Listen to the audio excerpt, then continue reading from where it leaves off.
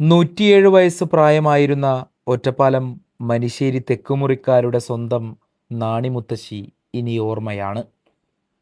കരിനിഴൽ വീണ കുട്ടിക്കാലത്തെ അനുഭവങ്ങളും ഓർമ്മകളും കരുത്താക്കി പ്രതിസന്ധികളെ അതിജീവിച്ച് നടന്നു നീങ്ങി ഒടുവിൽ 107 വയസ്സിലാണ് അവർ വിട പറയുന്നത്. ഓർമ്മകൾക്ക് നിറം മങ്ങാത്ത കാലത്ത് അവർ അനുഭവിച്ച കഥകൾ ഏറെയും പുതിയ തലമുറയ്ക്ക് പറഞ്ഞുകൊടുത്താണ് അവരുടെ മടക്കയാത്ര. പനമണ്ണ പടിക്കപ്പറമ്പിൽ വീട്ടിലായിരുന്നു അവരുടെ ജനനം.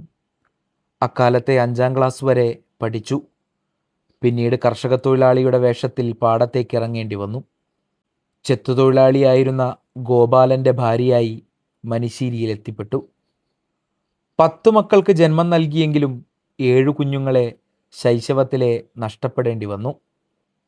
നാണിയുടെ ഏക ആശ്രയമായിരുന്ന ഗോപാലൻ യൗവനത്തിലെ മരിച്ചു. അവശേഷിക്കുന്ന 3 കുഞ്ഞുങ്ങൾക്ക് അത്താണിയായി നാണി കരുത്തുറ്റവളായി മാറി.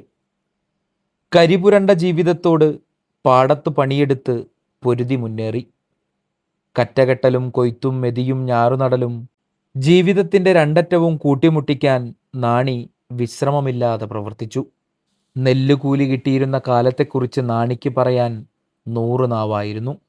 ചൂട്ടിൻ്റെയും കമ്പ്രാന്തലിൻ്റെയും വെളിച്ചത്തിൽ പാടത്തു നിന്നും തിരികെ കൂരയിലെത്തിയിരുന്ന നാളുകളുടെ ഓർമ്മകൾ പുതിയ തലമുറയോട് അവർ വാതോരാതെ പറയുമായിരുന്നു.